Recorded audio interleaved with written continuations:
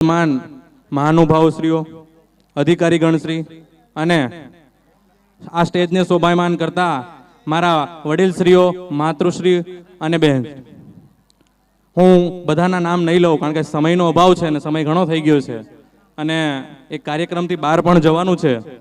તો થોડા સમય પહેલા કદાચ આપ સૌએ જોયું હશે કે વિડીયોના માધ્યમથી ભુજ, ધાંગધ્રા અને મોરબીના સફળ કેમ્પો બાદ અમે એક વિડીયો જાહેર કરેલ કે હવે પહેલા શ્રી રાજપૂત કરણી સેના દ્વારા અમે સ્વર્ગવાસી શ્રી સાવતસિંહજીના દીકરા વીએસ જાડેજાના માધ્યમથી 1300 દીકરાઓને ભરતી કરાવેલ એવા ભવ્ય કેમ્પનું આયોજન કરેલ.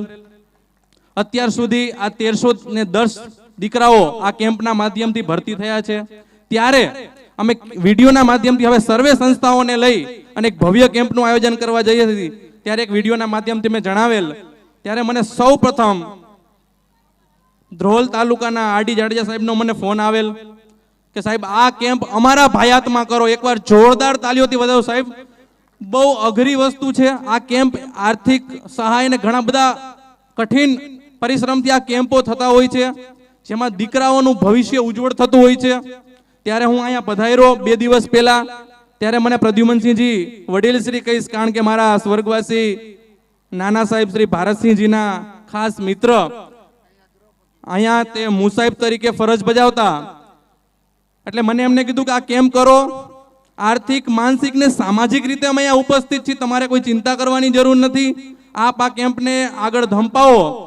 ત્યારે આપ ધ્રોલ ભાયાતને એક સરસ ખબર આપવામાં જઈ રહ્યું છે. ત્યારે ન ભૂતો ન ભવિષ્ય, અહીંયા 500 થી વધુ દીકરાઓનો કેમ્પ અહીંયા ધ્રોલ ભાયાતમાં થવા જઈ રહ્યો છે. ત્યારે આ કેમ્પમાં આપ સૌએ કદાચ ભુજ, ધાંગધ્રા અને મોરબીના વિડીયો જોયા હશે.